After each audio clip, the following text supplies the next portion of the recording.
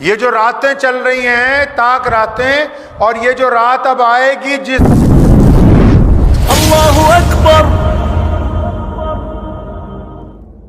حضرت محمد رسول اللہ صلی اللہ علیہ وسلم نے اس رمضان میں ہمیں یہ جو تربیت عطا فرمائی ہے نیک بننے کی، تو آئندہ سارا سال نیک بن کر رہنا ہوگا انشاءاللہ تعالی۔ یہ جو رمضان میں عادت پڑی ہے جھوٹ نہ بولنے کی، اس عادت کو پختہ رکھنا ہوگا۔ یہ رمضان میں جو عادت پڑی ہے آنکھیں جھکا کے چلنے کی، اس عادت کو پختہ رکھنا ہوگا۔ یہ جو رمضان میں عادت پڑی ہے غریبوں کی مدد کرنے کی، اس عادت کو اپنی زندگی کا مستقل مزاج بنانا ہوگا۔ یہ جو عادت پڑی ہے ٹوٹے دلوں کو جوڑنے کی، اس عادت کو مستقل طور پر جوڑنا ہوگا اپنی زندگی کے ساتھ۔ اب بھی اگر کچھ لوگوں کا دل اتنا سخت ہے کہ وہ شرمندگی محسوس کرتے ہیں دوسروں سے معافی مانگنے میں، اگر کچھ لوگ ایسے ہیں رمضان کریم میں جن کو شرم آتی ہے دوسروں سے معافی مانگنے میں، تو آپ یقین مانیں وہ کس منہ سے اللہ سے معافی مانگ رہے ہیں۔ یا اب بھی کچھ ایسے لوگ ہیں جن کو دوسروں کو معاف کرنے میں شرم محسوس ہوتی کہ اچھا فلاں معافی مانگ رہا ہے، معاف کروں نہ کروں، تو وہ اللہ سے کس گمان کے ساتھ چاہتے ہیں کہ اللہ تعالی ہمیں معاف فرما دے۔ اللہ کریم کو تو معاف کرنے والے بندے پسند ہیں۔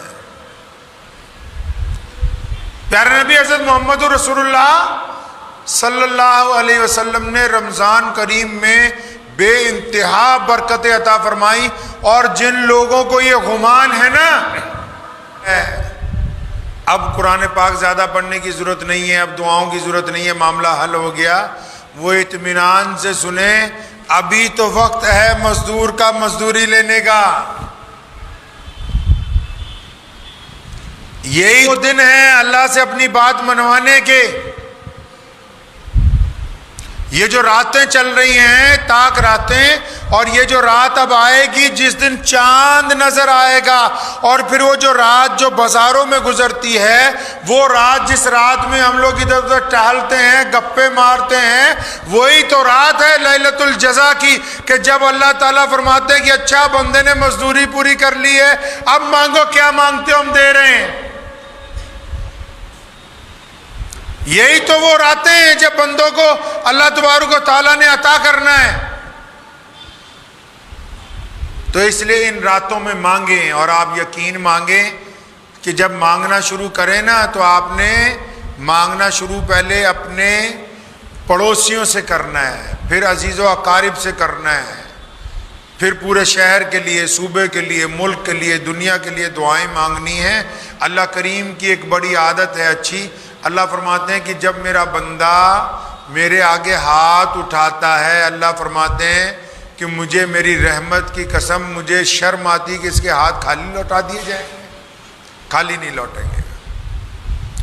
اور پھر جو بندہ اپنے بھائی کے لیے مانگتا ہے، اپنے پڑوسی کے لیے مانگتا ہے، اور ایسے رشتہ داروں کے لیے دعا مانگتا ہے جو اس کے دشمن ہیں، تو اللہ کریم اس کی دعا ان کے حق میں تو قبول کرتے ہی کرتے ہیں، اس سے زیادہ اس کے خود کے حق میں قبول کرتے ہیں، وہ چیزیں اس کو بھی عطا فرماتے ہیں اور ان سے زیادہ عطا فرماتے ہیں۔ اس لیے اپنے دل کو پاک کر لیں۔ یہ رمضان کریم اور عید کا دن جو ہے وہ رنجشیں مٹانے کا دن ہے۔ رمضان کریم جو ہے وہ خوشیاں بانٹنے کا مہینہ ہے۔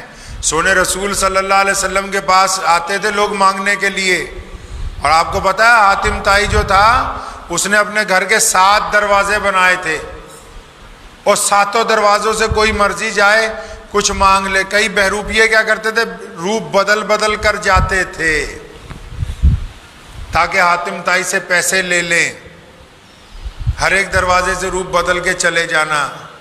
حضرات صحابہ کرام نے کہا ہے سونے رسول جب بانٹتے تھے رمضان میں اور بنا رمضان کے ہی میرے رسول صلی اللہ علیہ وسلم کے پاس بہروپیہ بن کے جانے کی ضرورت نہیں تھی. فرماتے ہیں کہ کوئی بار بار آئے، سینکڑوں بار بھی آئے، تو محمد الرسول اللہ کے دربار سے خالی نہیں لوٹایا جاتا، خالی نہیں لوٹایا جاتا.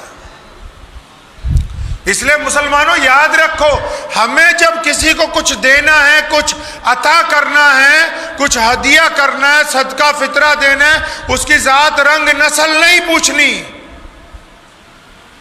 ہمارے لیے یہی کافی کہ اللہ کریم نے ہم سب کو دینے والوں میں شامل فرمایا ہے، لینے والوں میں نہیں رکھا. یہی اللہ کی بہت بڑی نعمت ہے. اللہ کی یہی ایسی نعمت ہے کہ اس کا اگر شکر ادا کرتے رہے، شکر نہیں ادا ہو سکتا کہ اللہ کریم نے ہم کو دینے والوں میں رکھا ہے. بھائی اللہ نے لینے والوں میں نہیں رکھا.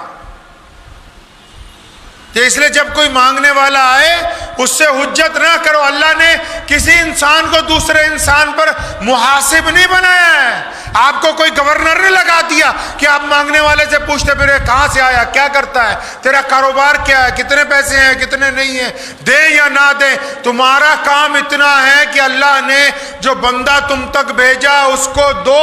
سونے رسول نے فرمایا مسلمانوں اور ہماری ماں کو کہا کہ عائشہ اگر کوئی مانگنے والا آ جائے، فرمایا یا رسول اللہ گھر میں کچھ نہ ہو، فرمایا کھجور کی گٹھلیاں تو ہوتی ہیں نا، بنا دیے ہوئے اس کو خالی نہیں لوٹانا ہے. یہ اللہ نے نظام بنایا ہے. تبھی تو دیکھیں نا کہ آج پوری دنیا کے بڑے بڑے جو حکمران ہیں ان کو اسلام سے الرجی ہے اور اسلام پوری دنیا میں تیزی سے پھیل رہا ہے. کیوں؟ کیونکہ اسلام زمین سے جڑا ہوا مذہب ہے. اسلام نے انسان کے مزاج کی بات کی ہے. قرآن پاک نے کہا نا کلا بلا لا تکرمون الیتیم.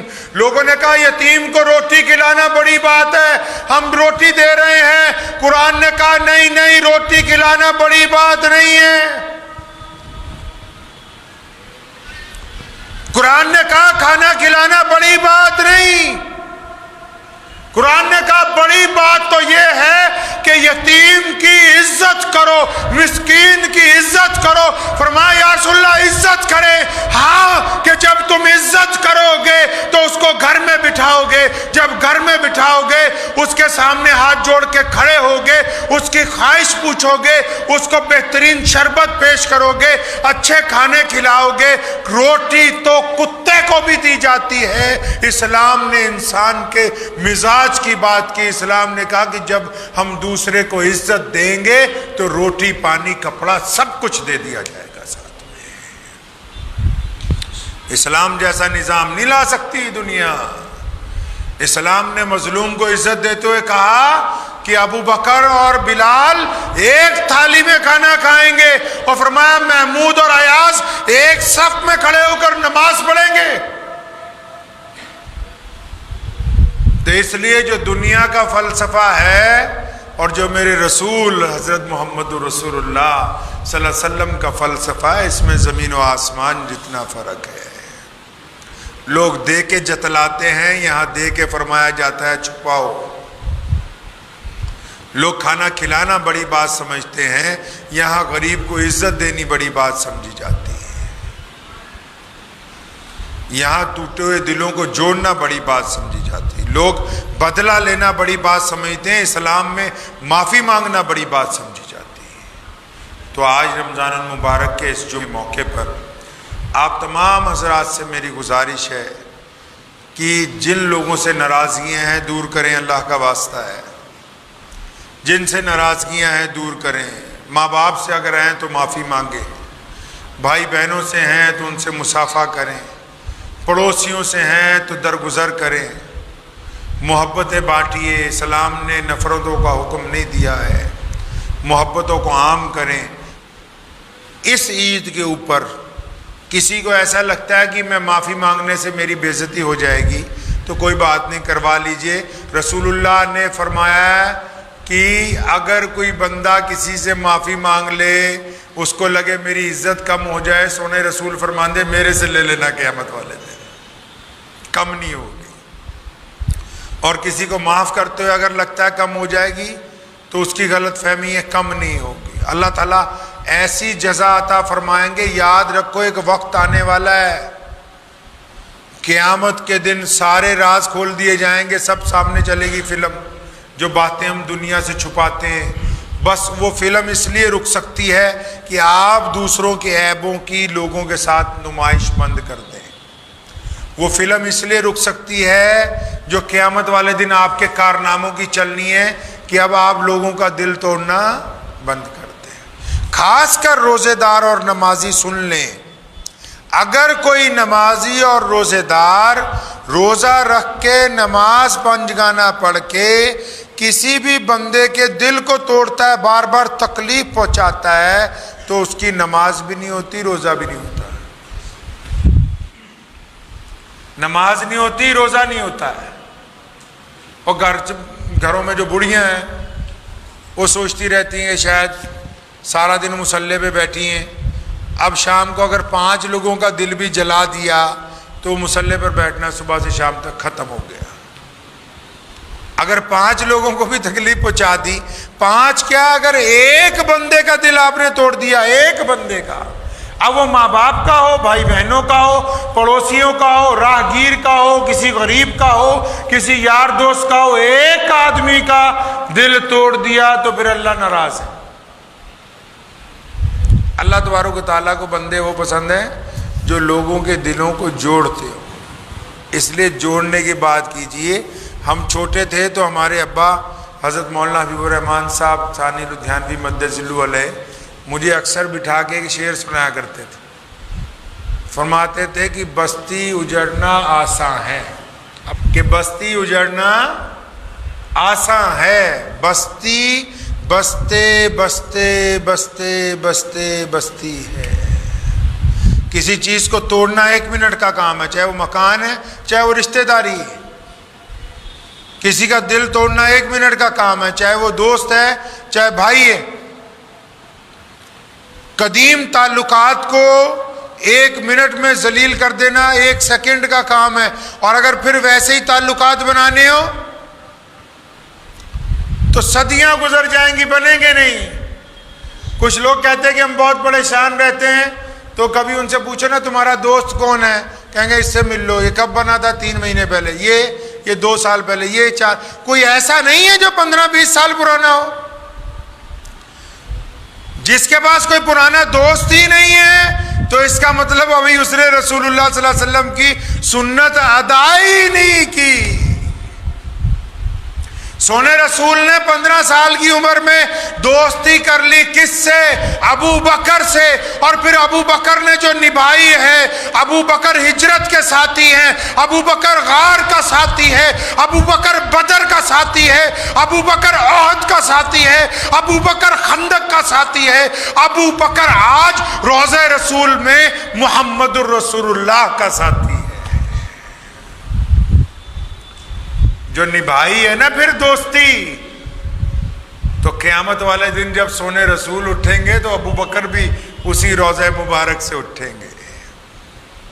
مسکین یتیم ہے وہ لوگ جن کے پاس دوست نہیں ہے اچھے, اور یہ ان کے دوستوں کا قصور نہیں, ان خود بے ایمان ہے, خود بے ایمان ہے.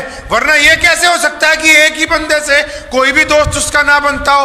اگر کوئی بھی نہیں بنتا, اسلام نے کہا کہ اب اس گریبان کو جھانکو, کیا اس میں غیبتیں تو نہیں ہیں, کیا اس میں زنا کے ارادے تو نہیں ہیں, کیا اس میں بے ایمانیاں تو نہیں ہیں, کیا اس میں ریاکاریاں تو نہیں ہیں, کیا اس میں غرور تو نہیں, کیا اس میں تکبر تو نہیں ہے؟ اگر سب کچھ ہے ہی اس میں, پھر آپ دوسروں سے کیا توقع کر رہے ہیں؟ تو یہی تو وہ باتیں ہیں جو رمضان نے نکال کے باہر پھینک دی. یہی تو وہ سروے ہوا ہے جو رمضان نے ہمارے اندر سے نیکیاں ڈال دی, برائیاں نکال دی. اب بھی اگر کسی مسلمان کو لگتا ہو کہ اس کے روزوں کے بعد اس کے دل میں فلاں فلاں بیماری ہے, تو مطلب ابھی روزے رکھے نہیں گئے. اب سچی نیت کے ساتھ رکھ لیجئے جو رہ گئے ہیں, تو تب میں کہہ رہا ہوں کہ باقی روزوں کا ثواب مل جائے گا. اگر اس نیت کے ساتھ کہ میرا دل جو ہے وہ بالکل پاک ہونا چاہیے,